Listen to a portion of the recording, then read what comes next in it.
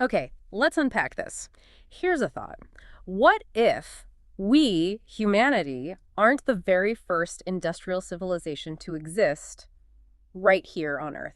Yeah, it really makes you pause, doesn't it? Hmm. We tend to frame our whole technological thing as unique in the planet's 4.5 billion year history. Well, what if it's not? Exactly. What if? And this idea, the possibility that a technologically advanced civilization might have risen and, well, fallen millions of years before us sometimes gets called the Silurian Hypothesis. Right. It borrows the name from Doctor Who, I think. Yeah. But it's fundamentally a serious scientific thought experiment. Yeah, grounded in asking, okay, if such a civilization did exist way back then, what kind of mark, if any, could possibly survive? It's really not about proving ancient aliens or, anything fantastical. It's more a rigorous look at geology, chemistry, deep time, asking what evidence could actually persist over these immense timescales. And that's basically our mission for this deep dive. We're looking at the sources you've gathered, articles, research, discussions, to explore just how tough it would be to find evidence like this. And what clues scientists might actually look for. Right, what subtle hints, and, what this whole fascinating thought experiment means for us now and maybe for searching for life out there. It's a really unique way to connect the deep past of Earth with current science and even think about our own future path. So first hurdle. When you're thinking millions of years ago, the biggest problem is just deep time itself, right?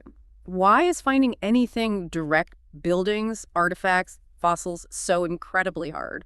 Well, the fundamental challenge is simply Earth. The planet is relentless. It's a dynamic system, constantly recycling its surface. Through things like plate tectonics. Exactly. Plate tectonics, erosion, weathering, mountains get ground down, continents drift, collide, ocean floors get consumed back into the mantle. It's constant churn. It's like a planetary shredder, basically. Our sources point out that the oldest big piece of Earth's surface that's still exposed, like parts of the Negev desert, it's only about 1.8 million years old. Which is nothing, geologically speaking. A blink of an eye. So anything built on the surface? Yeah. Gone.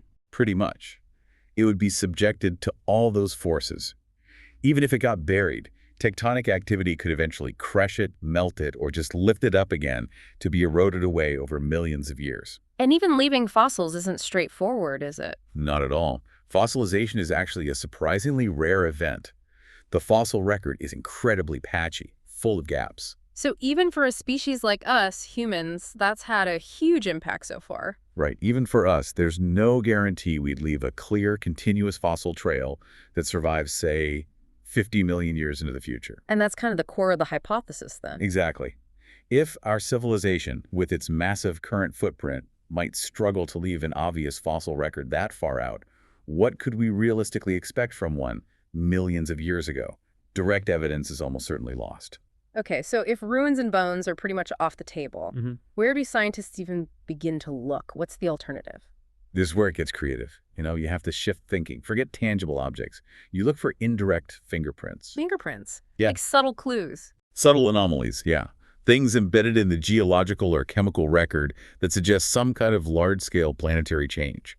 Something not easily explained by purely natural cycles. What sort of anomalies are we talking about? Well, you could look at geological layers, climate markers. For instance, really rapid, significant shifts in temperature or climate that you see recorded in things like ice cores or deep-sea sediment layers. Okay. One source mentions the Paleocene-Eocene thermal maximum, the PTM.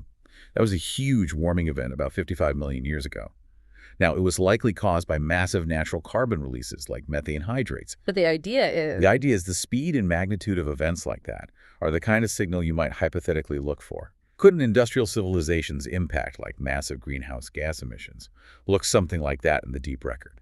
Or be masked by it? So looking for a sudden climate spike, that just seems unnatural. Exactly. Or maybe other large-scale changes. Evidence of really extensive mining or maybe tapping geothermal power on a massive scale might leave certain geological signatures. But differentiating that would be hard. Incredibly challenging, yeah. Yeah. Telling that apart from natural volcanic or hydrothermal activity after millions of years, very difficult. This is where it gets really fascinating for me, though. The chemical anomalies. The sources really dig into specific elements and isotopes here. This is potentially a much more promising avenue because industrial activity often involves concentrating and manipulating elements in ways nature usually doesn't. Like finding weird concentrations of metals. Potentially. Unusual, highly concentrated deposits of materials like iron, copper, maybe rare earth elements that just don't fit the normal geological formation patterns for that area.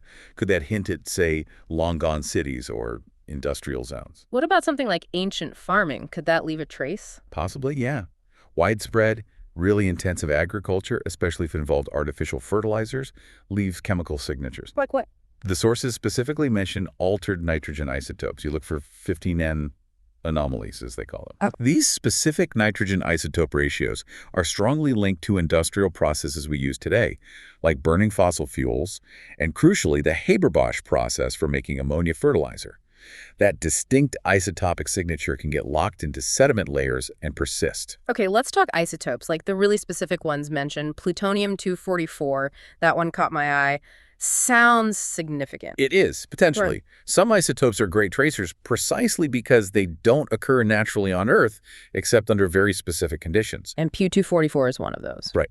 Plutonium-244 has a pretty long half-life, about 80 million years, and it's made in things like supernovae. But it's not naturally made here in Earth's crust today. So finding it would mean? Finding evidence of Pu-244 in geological layers where it shouldn't be could be a really strong indicator of past nuclear activity by technological civilization. Think reactors or maybe even nuclear detonations. Wow, so you're looking for the faint radioactive echo of atomic processes millions of years later? Essentially, yes. And other isotopes are mentioned too. Things like chromium isotopes, 53Cr. They can trace big environmental shifts, like when oxygen levels rose dramatically in Earth's atmosphere. So different isotopes tell different stories. Exactly. And there's also mass-independent oxygen isotope fractionation, that's 8017-OCO2, which relates to atmospheric chemistry and can also persist. These isotopic fingerprints are just much more resilient to all that geological churning than, say, a plastic bottle. Speaking of plastic bottles, what about actual waste? Could plastics or maybe old nuclear waste physically survive? Well, the sources suggest that some highly stable synthetic materials, certain plastics, maybe residues from nuclear waste, though likely chemically altered over time, could potentially survive if they were buried deep underground or maybe settled on the deep ocean floor. Forming like an anomalous layer. Potentially, yeah. A layer that just looks wrong chemically or structurally for its geological context. And we actually have real-world examples of finding weird isotope signals that act as markers in deep time, don't we? We do. It's not quite the same thing, but there's the recent discovery of that unusual spike in beryllium-10 in deep-sea sediments from about 10 million years ago. Beryllium-10. That's made by cosmic rays. Right, cosmic rays hitting the atmosphere. Finding that unexpected concentration served as a distinct global time marker, showing something unusual happened with its deposition or preservation. And then there's the Oklo site in Gabon. Ah, yes, the Oklo natural fission reactors. That's an amazing example. Nature itself created sustained nuclear fission reactions there about 2 billion years ago. And we can still see the isotopic evidence. Absolutely. It shows that the isotopic signatures of unusual nuclear activity, even natural ones, can persist in the geological record for incredibly long times. It demonstrates the principle. Okay, that makes sense. Some sources even mention weird dating results sometimes. Yet, very occasionally, things like radiocarbon dating, which is usually only good for maybe 50,000 years back, have produced unexpected, much older-looking dates in samples thought to be millions of years old. Interpreting those is really complex, could be contamination, but they're faint hints that something anomalous might occasionally pop up.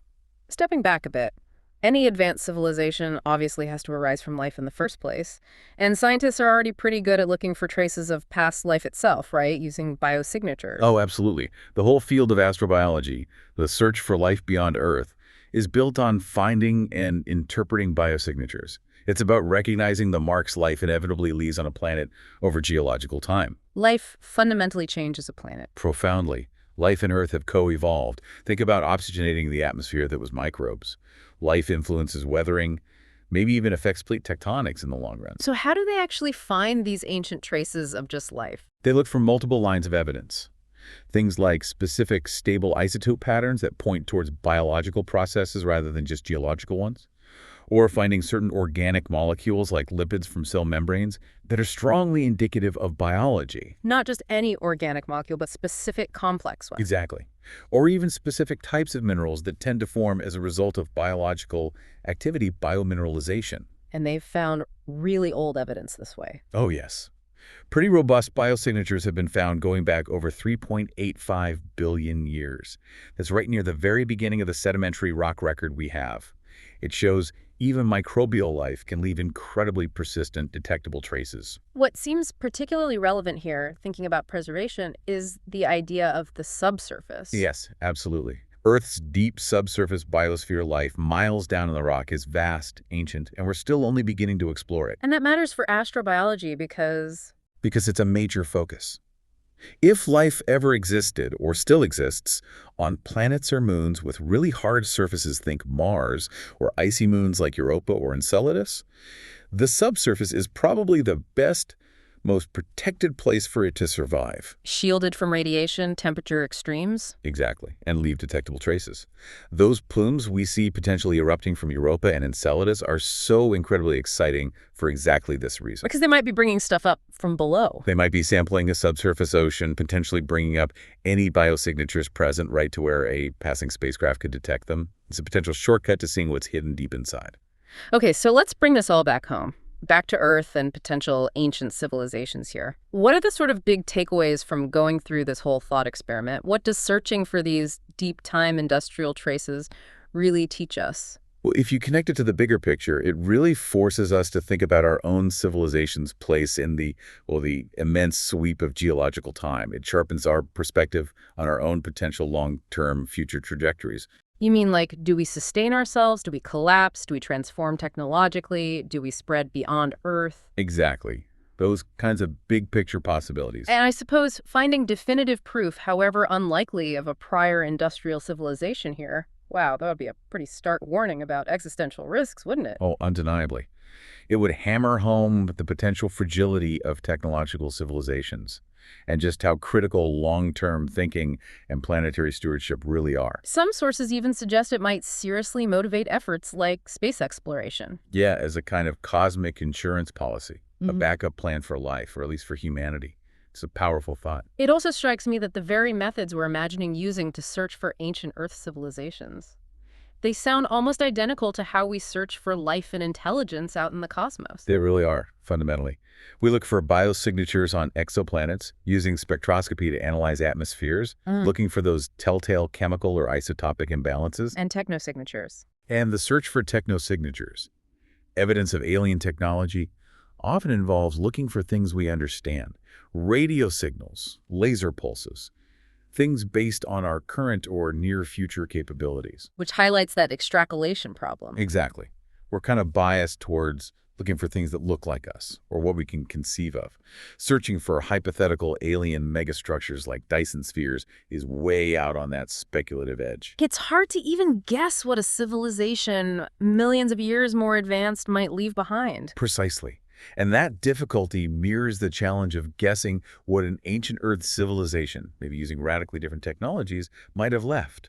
It's a challenge for searching the cosmos and for searching our own deep past. And there's that fascinating, almost paradoxical idea mentioned in one source, too. Ah, yes, the sustainability paradox. Right. The idea that a civilization that actually figures out how to be truly sustainable. One that finds energy sources and ways of living that don't drastically alter the planet's atmosphere or geology on a global scale. Might paradoxically leave behind less detectable evidence over deep time. Exactly. A truly successful, long-lasting, stable civilization might actually become geologically invisible. The smaller your long-term environmental footprint, the harder you are to find millions of years later. So, summing up then, this Silurian hypothesis, searching for traces of a deep-time industrial civilization here on Earth, it's almost certainly a long shot, isn't it? Because geology is just so good at erasing the past.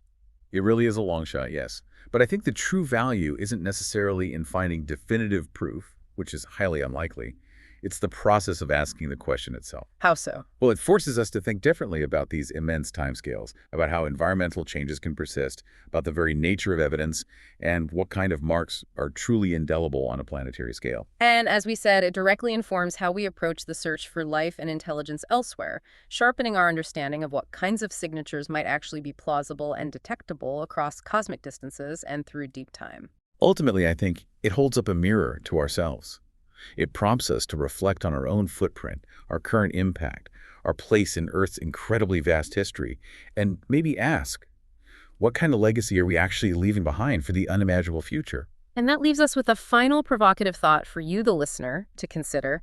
Given everything we've discussed about the kinds of subtle, indirect fingerprints that might just survive deep time, those chemical anomalies, the isotopic shifts, perhaps persistent waste if our current human civilization were to vanish today, what distinct chemical or isotopic signature do you think we would leave behind that geologists 50 million years from now might possibly stumble upon and recognize as something profoundly unnatural?